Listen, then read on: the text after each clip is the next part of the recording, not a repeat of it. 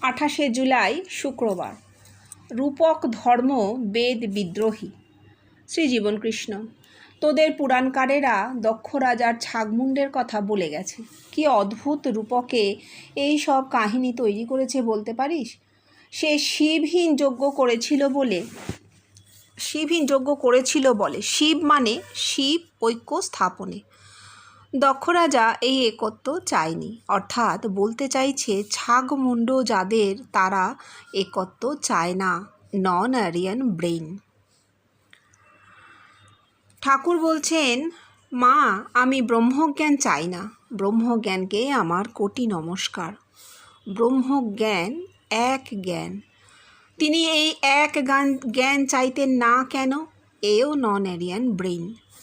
মানুষ তার নিজের মুখ দিয়েই তার নিজের আভ্যন্তরীণ অবস্থার কথা বলে, নিজের রেকর্ড সে নিজে রেখে যায়। আর এদিকে স্বামীজি বলছেন, ব্রহ্মানন্দ বলতে যা বোঝায় তা একটা লোকের হলে সে ব্রহ্মানন্দ নয়, জগৎব্যাপী আনন্দই ব্রহ্মানন্দ। স্বামীজির এই হচ্ছে প্র্যাকটিক্যাল বেদান্ত। আচ্ছা, প্রথম কথাটা আগে বলি। প্রথম প্যারাগ্রাফটা যেটা বলছেন যে দক্ষ রাজার ছাগমুণ্ডের কথা বলে গেছে পুরাণকারেরা। আচ্ছা, দক্ষ রাজা কি করেছিল? যজ্ঞ করেছিল। সেই যজ্ঞে সবাই নিমন্ত্রিত ছিল, শিব বাদে। শিবহীন যজ্ঞ। বাকি দেবতারা কিন্তু নিমন্ত্রিত ছিল। অর্থাৎ ব্রেনের সমস্ত গুড সেল সেখানে আছে, বিকশিত, প্রকাশিত। শুধু একত্বের সেলটা খোলেনি, তাই তো? যজ্ঞ ব্রেনে ছাড়া আর কোথায় হবে? ব্রেনেই হচ্ছে। কিন্তু সেই শিবহীন যজ্ঞ মানে বাকি দেবতারা আছে, অর্থাৎ ব্রেনের গুড সেলস গুলো সব বিকশিত হয়েছে, কিন্তু ওয়াননেসের সেলটা, শিবত্ব, অদ্বৈতম, শিব অদ্বৈতম যে সেলটা, সেটা খোলেনি। গন্ডগোল কেন? শান্তম শিব অদ্বৈতম। অদ্বৈততেই মঙ্গল এবং শান্তি, দ্বৈততে অশান্তি, দ্বন্দ্ব। তাই জন্য দক্ষ রাজা এত গন্ডগোল হয়েছিল যজ্ঞে। মানে রূপকটাকে যদি তুমি ভাঙো, একটা মানুষের দেহ, দক্ষ রাজার শরীর, সেই দেহে সাধন হয়েছে, না হলে তিনি যজ্ঞ করতে পারতেন না। যজ্ঞ করছেন মানে তার মাথায় সাধন চলছে। সেখানে দেবতারা কারা? Good cells in the brain. সাধন হচ্ছে, যজ্ঞ চলছে, কিন্তু শিবহীন, অর্থাৎ অদ্বৈত ভূমিতে যে একত্ব, সেই সেলটা খোলেনি। তার ফলেই অশান্তি, শান্তি নেই। একমাত্র একত্বই তোমাকে শান্তি দিতে পারে। কিরকম শান্তি? শান্ত নিস্তরঙ্গ সমুদ্রের মতো হয়ে যাবে ব্রেন, যাকে তাবুলা রাসা বলা হচ্ছে। সেইটা হচ্ছে না। তাই জন্য দক্ষ রাজার যজ্ঞেও এত গন্ডগোল। এটা কেন? জীবনকৃষ্ণ বলছেন নন এরিয়ান ব্রেন। বর্তমান কালে দাঁড়িয়ে আর্য অনার্য ভাগ করতে গেলে একটা ক্লাসিজম, একটা কাস্টিজম এসে যাবে, একটা রেসিজম এসে যাবে। এই কথাটা উনি ঠিক কি বলতে চেয়েছেন আমরা সেইখানটা পৌঁছই। এরিয়ান ছাড়া নন এরিয়ান বলতে উনি সেমিটিক ধর্মগুলোকে বুঝিয়েছেন। আব্রাহামিক রিলিজিয়ন, জুডাইজম, ইসলাম, খ্রিস্টানিটি, এই তিনটে ধর্ম হচ্ছে আব্রাহামিক রিলিজিয়ন। এই আব্রাহামিক রিলিজিয়ন ভক্তি থেকেই তৈরি হয়েছে। ভক্তি সেই ধর্মের মূল কথা, যেখানে সৃষ্টিকর্তা এবং সৃষ্টি দুটো আলাদা অস্তিত্ব। মানুষ এবং মানুষকে যিনি সৃষ্টি করেছেন, স্রষ্টা ও সৃষ্টি, আলাদা অস্তিত্ব। এই দুটো ভাগে ভাগ করা হয়ে গেছে। এই ভক্তি ধর্মের উদ্ভব এখান থেকে। এই দ্বৈতবাদ, এইটাই দ্বৈতবাদ। মানুষকে তার জায়গা থেকে সরিয়ে দেওয়া হলো, নিচু করে দেওয়া হলো। এটা ব্রেনে অ্যাকশন করে। সে সারাক্ষণ, মানুষের কিন্তু ভেতরে এই দ্বন্দ্বটাই চলে যে সে সারাক্ষণ তার সেই যে মহান সত্তাটা, পরম সত্তাটা, সেইখানেই পৌঁছতে চায়। সে এই দেহ সত্তাকে মানতে পারে না। জীবনের যত অভাব এই দ্বৈত সত্তা থেকে, এই দেহ সত্তা থেকে। কারণ সেভাবে আমি কি এইটুকু, আমার জীবন কি এইটুকু, এই তো আজ জন্মেছি, কাল মরে যাবো, তাহলে কেন এলাম? এই যে অভাব বোধটা, সে যদি সচেতনে নাও ভাবে, এই অভাব বোধটা তাকে তাড়না করে, সারাক্ষণ তাড়িয়ে বেড়ায়। এই হাঙ্গার, যেটাকে জীবনকৃষ্ণ বলছেন ইটারনাল হাঙ্গার, এই হাঙ্গারের শান্তি একমাত্র অদ্বৈত ভূমিতে হয়, যেখানে তার আর দেহ সত্তা থাকছে না, সে নিজে সেই পরম সত্তায় অসীমে যাচ্ছে। এইটা হচ্ছে তার সঠিক জায়গা। তো যতক্ষণ না সেই জায়গাটায় যাচ্ছে, তার মধ্যে দ্বন্দ্ব থাকবে, এবং এই ভক্তি ধর্ম দ্বন্দ্বের সৃষ্টি করেছে। হয়তো ভক্তি ধর্মের উদ্ভব হয়েছিল অন্য কারণে, যে মানুষ সরাসরি পৌঁছতে পারছে না, মাঝখানে একটা ব্রিজ করে দেওয়া হোক, ষষ্ঠ ভূমি অব্দি সে তো পৌঁছে যাক, তারপর একটা ব্রিজ হোক, সেইখান থেকে সে সপ্তভূমিতে যাবে। হয়তো এমনটা মাথায় এসেছিল অনেক মানুষের, একজনের না। কিন্তু আমরা এখন দাঁড়িয়ে বুঝতে পারছি যে ভক্তি ধর্ম আমাদেরকে আটকে দিয়েছে, আমাদেরকে আটকে দিয়েছে। সপ্তভূমিতে, অদ্বৈত ভূমিতে না পৌঁছলে মাথাটা ওই আর্য মাথা, যেটাকে উনি বলছেন, কারণ বেদ বেদান্ত তো আর্যদের সৃষ্টি বলেই আমরা জানি। কিন্তু যদি কোনো বিশেষ জাতি হিসেবে না ধরি, মানুষ হিসেবে ধরি, তাহলে যে মানুষ অদ্বৈতের কথা বলেছে তার কাছে এই দ্বৈত ভূমিতে নামিয়ে আনলে তাকে খানিকটা নামিয়ে দেওয়া হলো, আত্মিক উন্নতির পথে সেটা বাধা হয়ে গেল, যেটা দক্ষ রাজার হয়েছিল। আর ঠাকুরের কথায় বলছেন, ঠাকুর যখন বলছেন ব্রহ্মজ্ঞানকে আমার কোটি নমস্কার, ঠাকুর বেষ্টির ব্রহ্মজ্ঞানের কথা বলছেন। কারণ ঠাকুরের সময় জগৎব্যাপী তো আসেনি, আসবে, তিনি ক্রান্তদর্শী পুরুষ, তিনি দেখেছেন আসবে, কিন্তু তিনি বলতে পারছেন না, তখনও সেটা ফোটেনি তো জগতে। তখন সেখানে তিনি যখন বলছেন ব্রহ্মজ্ঞানকে আমার কোটি নমস্কার, এই কথার অর্থ হচ্ছে ঠাকুর নিজের কথা বলছেন। বেষ্টির ব্রহ্মজ্ঞান সেটা কি? সমাধি, লয় হয়ে যাওয়া, দেহবোধ সম্পূর্ণভাবে লয় হয়ে যাওয়া, এইটার কথা বলছেন ঠাকুর, যে এটা আমার চাই না। কেন বলছেন? দুটো কারণ থাকতে পারে। এক হচ্ছে তাঁর একার হচ্ছে, সামনে বসা একটা লোকেরও হচ্ছে না, যেটা তাকে সারাক্ষণ অন্যের থেকে আলাদা করে দিচ্ছে। অথচ তিনি দেখছেন সবাই রাম, তুমি জানো আর না জানো তুমি রাম, সবাইকে আঙুল দেখিয়ে বলছেন। তাহলে তিনি দেখছেন আমার একার হচ্ছে, অথচ এই তো সব বসে আছে, সব রাম, ছায়া বিশ্ব দেখতে পাচ্ছেন, মিরর ইউনিভার্স দেখতে পাচ্ছেন, তবু একাত্ম হয়ে যেতে পারছেন না। যা জগতে না ফুটেছে তাকে আমার এখন দরকার নেই, এটাও মানে হতে পারে, তাই তো? জগতের লোকের মধ্যে ফোটেনি, আমার দরকার নেই, আমার ব্রহ্মজ্ঞানকে কোটি নমস্কার। জগতের লোকের মধ্যে ভক্তিটা ফুটেছে, তাই তিনি তখন ভক্তি নিয়েই ছিলেন, এইটা একটা মানে হতে পারে। এইবার যেটা বিবেকানন্দ বলছেন যে ব্রহ্মানন্দ, জগৎব্যাপী আনন্দই ব্রহ্মানন্দ, এটা বলছেন কে? বিবেকানন্দ। ঠাকুরের পরে, ঠাকুরের পরে, ঠাকুর বেষ্টির এপিটোম কমপ্লিট হলো, তারপর এলেন বিবেকানন্দ। বিবেকানন্দের মধ্যে দিয়ে কি হলো? জিনিসটা আরো এগিয়ে গেল। ব্রহ্ম সাক্ষাৎকার করেছেন যিনি, তিনি তো রাজযোগের কথাই বলবেন। রাজযোগে কিন্তু জগৎব্যাপী, তো রাজযোগে কোথাও বেষ্টি নেই। তুমি জানবে দেহের সাধন রাজযোগ নয়, রাজযোগ মানেই হচ্ছে আত্মার সাধন, আত্মা এক, সেই একের সাধন, এইটাই রাজযোগ। এই এলো জগৎব্যাপী ব্রহ্মত্বের কথা।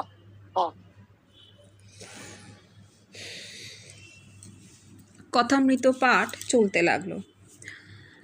শ্রীরামকৃষ্ণ হরিলীলা সব যোগমায়ার সাহায্যে। শ্রীজীবনকৃষ্ণ যোগমায়া কি? এই দেহ, দেহ আছে তাই হরিলীলা। হরি কথার অর্থ যিনি এই দেহে লুকিয়ে আছেন, যেমন দেহেতে আত্মা। কিন্তু আত্মা সাক্ষাৎকারের পূর্বে দেহে সর্বব্যাপী হয়ে তিনি যে ছিলেন তা কি দেহি জানত না। একেই বলে যোগমায়ার সাহায্যে হরিলীলা। এইটা বলছেন হরিলীলা সব যোগমায়ার সাহায্যে। ঠাকুরের কথা তো অজস্র মানে। যোগমায়া কথাটা কি? এখানে ভোলা দাও এই দেহ বলে ছেড়ে দিয়েছেন না, শুধু দেহ বললে হবে? হ্যাঁ, এটা ঠিক, প্রতিটি মানুষ জন্মানোর আগে থেকেই সে যোগে আছে, সে জানুক আর না জানুক, তার দেহের মধ্যে যোগ কিন্তু চলছে, এইটাও আমাদের জানা দরকার। যোগ মানে তো গতি, প্রাণের গতি। প্রত্যেকটি জীবন্ত মানুষের মধ্যে সে জন্মানোর সঙ্গে সঙ্গে এই যোগ সে নিয়ে জন্মেছে, এবং সেই যোগ কিন্তু চলছে, এই পরিবর্তন সমানে চলছে, সে বুঝুক আর না বুঝুক। সুতরাং সেই অর্থে প্রতিটি দেহই যোগযুক্ত। যোগ মায়া, যোগযুক্ত দেহ, যে দেহে যোগ এবং যোগের কিছু কিছু আভাস প্রকাশিত হয়ে চলেছে, সেই দেহটাকে আমরা যোগমায়া বলতে পারি। প্রত্যেকটা মানুষের দেহই কিন্তু যোগমায়া সেই অর্থে, কেন? যোগযুক্ত হয়ে আছে। এবার এই মহাপুরুষদের ক্ষেত্রে আমরা প্রকাশটা দেখতে পাচ্ছি, তাই বুঝতে পারছি তিনি যোগমায়া বলতে কি বোঝাচ্ছেন। ধরো স্বপ্ন তুমি এই দেহেই দেখো, তোমার মাথাতেই স্বপ্নটা হয়, কিন্তু স্বপ্নটা তুমি যখন দেখো, তোমার যে ফিজিক্যাল বডি, স্থূল দেহ, অন্নময় কোষ, সেটা কাজ করছে না। কাজ করছে কোনটা? চৈতন্যময় শরীর, যোগমায়া। তুমি দেখছো তুমি দ্রষ্টা, অথচ তোমার কোনো ক্রিয়া নেই, নির্লিপ্ত ভাবে তুমি দেখে যাচ্ছ, তাই তো? এটা হচ্ছে যোগমায়ার একটা প্রকাশ, যোগযুক্ত দেহের প্রকাশ।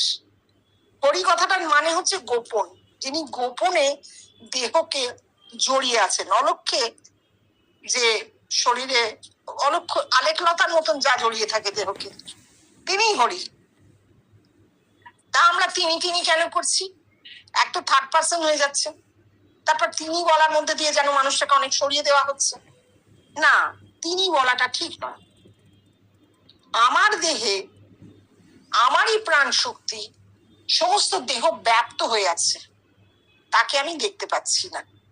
সে তো আমি আমার কিডনি লিভার কিছুই দেখতে পাই না, তারা তো তাদের কাজ করে চলেছে।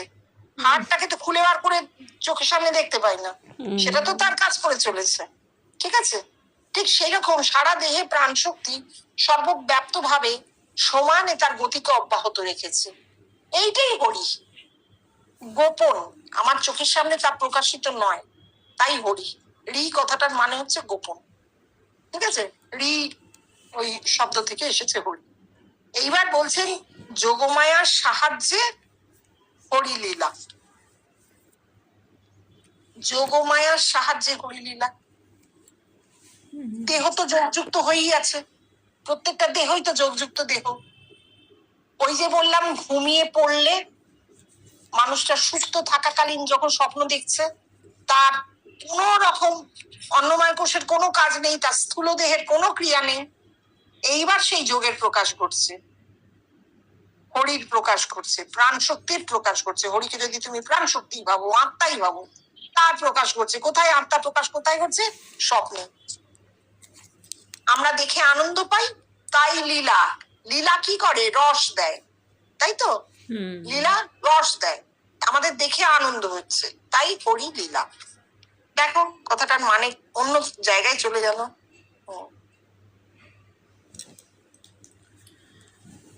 কিছুক্ষণ পাঠের পরে শ্রীজীবন কৃষ্ণ বললেন, আচ্ছা ঠাকুর এত মা মা করছেন কেন বল দেখি, হাম্মা হাম্মা। আর আমি তখন বলতাম, যখন আমরা ওই বাড়িতে, হাওড়ার কালী ব্যানার্জি লেনের ভাড়াটে বাড়িতে, সে আজ 12 বছর আগের কথা। পুরানোদের ভেতর কেউ আছিস? এই অনাথ, তোর মনে আছে আমি কি বলতাম? অনাথ, আপনি বলতেন আমাদের বাপের বেটা হতে হবে, মায়ের বেটা হলে চলবে না। শ্রীজীবন কৃষ্ণ আর কি বলতাম মনে আছে? অনাথ, ঠাকুর মায়ের বেটা ছিলেন। শ্রীজীবন কৃষ্ণ আর কি বলতাম? অনাথ, আপনার বেলায় বলতেন আমি কিন্তু বাপের বেটা। শ্রীজীবন কৃষ্ণ, থ্যাংক ইউ, ভাগ্যিস তোর মনে আছে। হ্যাঁ, তাহলে বলছেন ঠাকুর মা মা করছেন কেন? বেষ্টির সাধনে মাই বলতে হবে, ঠিক আছে? বেষ্টির সাধনে মা, এই কথাটাই বলতে হবে। বেষ্টির সাধনে তো অন্য কিছু বলা যাবে না, তাই না? কারণ বেষ্টি মানে দেহের সাধন, দেহ মা। ঠাকুরের দেহ চৈতন্যময় হয়ে গিয়েছিল, বলছেন মা আমার চৈতন্যময়, কিন্তু সাধন যেহেতু বেষ্টির দেহেরই সাধন, দেহ মা, তাই বলছেন মায়ের বেটা। অর্থাৎ দেহ থেকে আত্মা সাক্ষাৎকার হয়েছে, দেহ তাকে আত্মা প্রসব করিয়েছে। তাহলে মায়ের বেটা, একদম ভুল নেই কোনো কথাটা। এইবার যখন জীবন কৃষ্ণ বলছেন যে আমি বাপের বেটা, তখন কেন বলছেন? কারণ তার আত্মার সাধন, ওই যে আত্মা সাক্ষাৎকারের পরে আত্মার সাধন পুরুষ। আমরা এখানে পুরুষকে রূপক ধরবো কেন? পুরুষ মানে একটা পুরুষ মানুষ নয়, এখানে পুরুষ হচ্ছে প্রাণের বীজ, পিতৃবীজ। সেই বীজ থেকে সাধন, যেখানে দেহের আর কোনো ফাংশন নেই। দেহের যে ফাংশন নেই আমরা কি করে জানি? যে কোনো মানুষ যখন স্বপ্নে কিছু দেখছে, বা জীবন কৃষ্ণকেও দেখেছে, তারা কি দেখেছে? ঠাকুরকে দেখেছে। তারা কি জীবন্ত মানুষটাকে দেখছে, না স্থূল দেহটাকে দেখছে? স্বপ্নে তো স্থূল শরীর নয়, সেটা তো একটা ছবি তৈরি হচ্ছে। সেই ছবিটা কি করে তৈরি হচ্ছে? আমাদেরই চিত যোগে, মানে চৈতন্যের ছোট ছোট ওয়েভ, ভাইব্রেশন, তাই দিয়ে তৈরি হচ্ছে। তাই বলছেন জ্যোতির্ময় চৈতন্যময় শরীর দেখিস, তাই তো?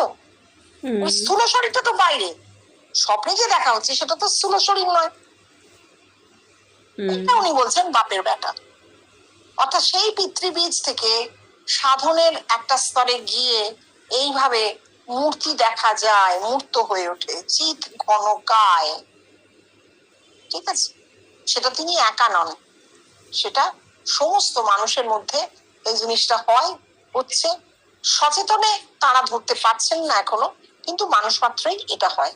কারণ ওই যে জাগ্রত, স্বপ্ন, সুষুপ্তি, তুরীয়, এই চারটে অবস্থা সব মানুষ নিয়ে জন্মায়।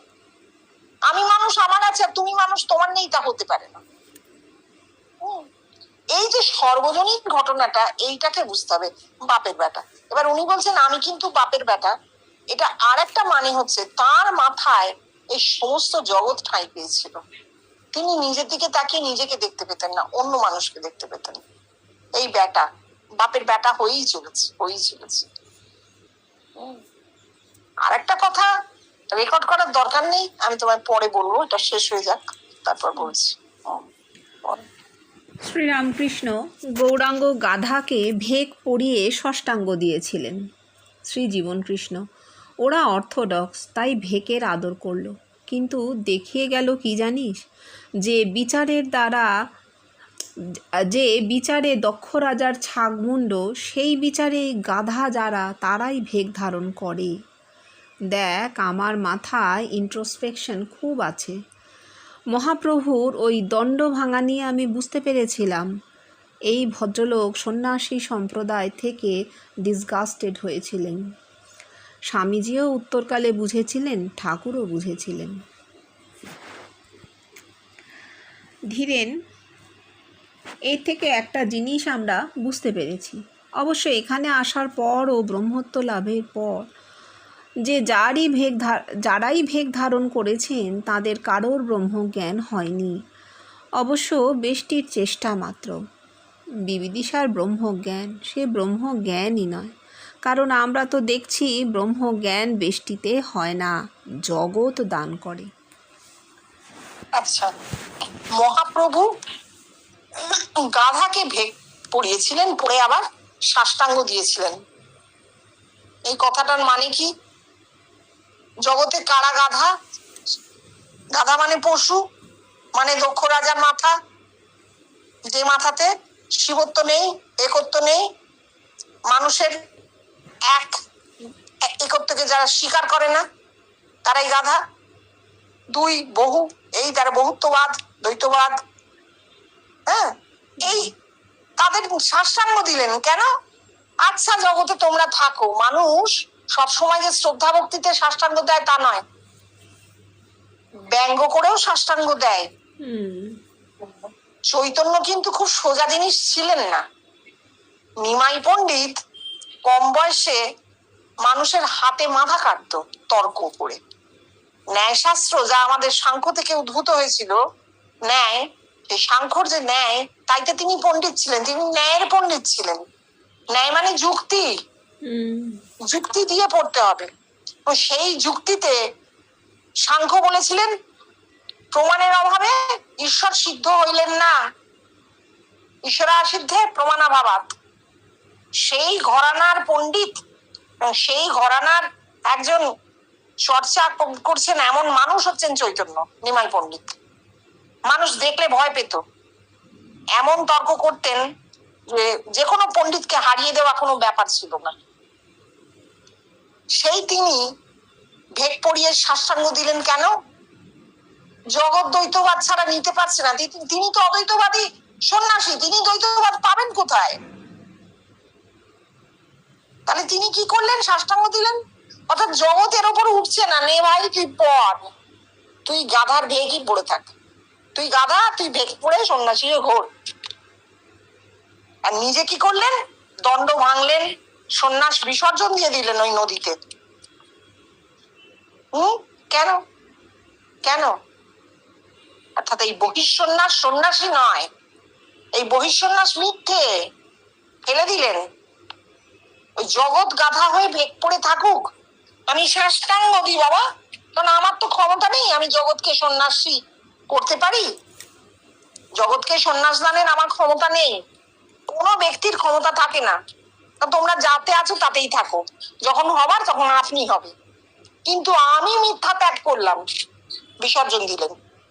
আর ঠাকুর তো পরিষ্কার এসবের ধার পাশ দিয়ে যেতেন না। আমরা কেউ কোনোদিনও ঠাকুরকে গেরুয়া পড়তে দেখিনি। একবার মাত্র জন্মদিনে ভক্তদের শখ হয়েছিল, 1885 সালের জন্মদিন, ভক্তরা ওই ধুতিকে গেরুয়া রঙে ছুপিয়ে ঠাকুরকে পড়িয়েছিলেন। তিনি আপত্তি করেননি, এইটুকু তিনি আপত্তি করেননি। গেরুয়া তো ত্যাগের রং, আপত্তি করেননি। কিন্তু তাকে আমরা কোনোদিনও সন্ন্যাসের অবস্থায় দেখিনি। মাস্টারমশাই দেখছেন তিনি মাছ পান খান, কাঠ বিছানায় বসেন, লাল পাড় কাপড় পরেন, শীতে বনাতের কোট পরেন, কান ঢাকার টুপি পরেন, পায়ে চটি জুতা মোজা সব পরেন। এই মানুষকে সন্ন্যাসী বলা যায় না, বহিঃসন্ন্যাস ছিল না। স্বামীজি কিন্তু সন্ন্যাসের ভেগ নিয়েছিলেন, একদম ভেগ নিয়েছিলেন। স্বামীজি জানতেন না তার ওই রকম মাথা? তিনি জানতেন না? জানতেন। তাহলে তিনি সন্ন্যাস নিলেন কেন? সন্ন্যাসীর ভেগ কেন নিলেন? এই জন্য নিলেন যে তিনি আমেরিকা যাচ্ছেন। তার মনে হয়েছিল যে তিনি প্রতিষ্ঠা না করলে ঠাকুরকে প্রতিষ্ঠা করা হবে না, এটা তার মনে উঠেছিল। অত বড় দেখো, অত বড় মাথা, স্বামীজির মতন মাথা খুব কম জন্মেছে। তার মাথায় এই জিনিসটা কি করে এলো? কি করে এলো কেউ বলতে পারে না। জগৎ জগৎ জগতের নিয়ম। তিনি ওই ক্ষেত্রীর রাজার দেওয়া পোশাক আশাক পরে শিকাগোর ধর্ম মহাসভায় যোগ দিতে গেলেন, এবং হ্যাঁ অবশ্যই জিতে ফিরলেন, সেটা আলাদা কথা। কিন্তু তিনি যে গেলেন, তার মনে হয়েছিল আমি প্রতিষ্ঠা না দিলে ঠাকুরের প্রতিষ্ঠা হবে না। কিন্তু পরবর্তীকালে তিনিও বুঝেছিলেন এ যা হচ্ছে ঠিক হচ্ছে না, এ যা হচ্ছে ঠিক হচ্ছে না, কিন্তু কিছু করার নেই। দেশটিতে মানুষের এর বেশি ক্ষমতা থাকে না। শ্রীজীবন কৃষ্ণ, হ্যাঁ ঠিক তাই। শুধু গেরুয়া কেন, তোদের শাস্ত্রেই তো রয়েছে রে, কোনরূপ লিঙ্গ ধারণ মানেই ব্রহ্মজ্ঞান। কেন তার কিছুই হয়নি? আর ওই যে বললি ব্রহ্মজ্ঞান জগতের মানুষ দান করে, কি করে করে? সহস্র সহস্র নরনারী তাকে অন্তরে দেখে এই একত্বের দ্বারায় করে। আমি বগল বাজালে হবে না বাবা, দেখ না আমারই রূপে জগতের মানুষ একত্ব প্রাপ্ত হচ্ছে আত্মিকে। এই একমাত্র প্রমাণ ব্রহ্মজ্ঞানের, যা আমরা পেয়েছি। এই পর্যন্ত জগতে যা আর কখনো পাওয়া যায়নি। প্যান্থেজম কিংবা কাশ্মীরি শৈবিজমে যে সদাক্ষা তত্ত্বের কথা বলে গেছে, তারা তো এই রকম কংক্রিট এক্সাম্পল সেট আপ করেনি, কিংবা বৈদিক ঋষিদের কথারও এই পর্যন্ত কোনো ভাষ্যকর তার কংক্রিট এক্সাম্পল দিল না। অথচ আজ আমরা হঠাৎ সেই জিনিসই পেয়ে বসেছি। হঠাৎ পাইনি, প্রকৃতি দিয়েছে। ন্যাচারাল ইভলিউশন, বিগান নেচার, আনম্যানিফেস্টেড নেচার ম্যানিফেস্ট করে দিয়েছে, তাই তো? নির্গুণ থেকে সগুণে ওই শিবের সেলটি গেছে খুলে। আপনা থেকে হয় ইভলিউশন কেউ কন্ট্রোল করতে পারে না। কোনো মানুষ ইভলিউশন কন্ট্রোল করেছে আজ অব্দি শোনা যায়নি, তাই না? ইভলিউশন মনুষ্য জাতিকে কন্ট্রোল করে।